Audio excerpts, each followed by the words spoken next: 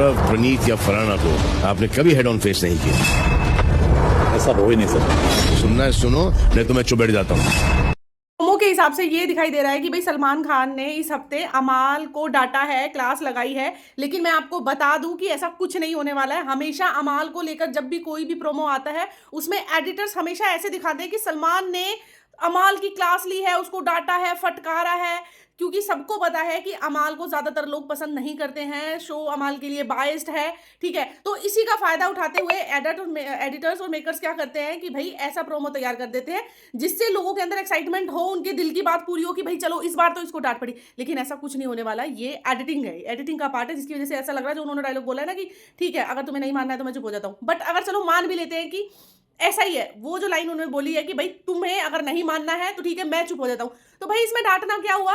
मतलब इसमें ये देखो ना, इसमें तो अमाल की पावर दिख रही है कि सलमान खान बोल रहे हैं कि ठीक है अगर तुम्हें नहीं मानना है तो मैं चुप हो जाता हूँ, अगर तुम्हें नहीं मानना है या नहीं सुनना है तो मैं चुप हो जाता हूँ। अगर यही लाइन अमाल की बजाय किसी और कंटेस्टेंट ने बोल दी होती तो क्या सलमान खान का यही जवाब होता? बिल्कुल नहीं होता। सलमान खान का जवाब होता कि ठीक है आपको सुनना है सुनिए, नहीं सुनना है तो चुप करके बैठिए, और अगर आपको वो भी नहीं करना है तो मुख्य द्वार से बाहर चले जाइए। अच्छा, और एक और इंपॉर्टेंट बात, जब पिछले हफ्ते रोहित सर आए थे और उन्होंने अमाल को कुछ चीजें बोलने की कोशिश कर रहे थे तो अमाल कितने अग्रेशन के साथ में ऐसे खड़ा हो गया था और कूद रहा था, उछल रहा था, बदतमीजियां कर रहा था। उसने ये भी नहीं देखा कि सामने रोहित सर खड़े हुए हैं, है ना?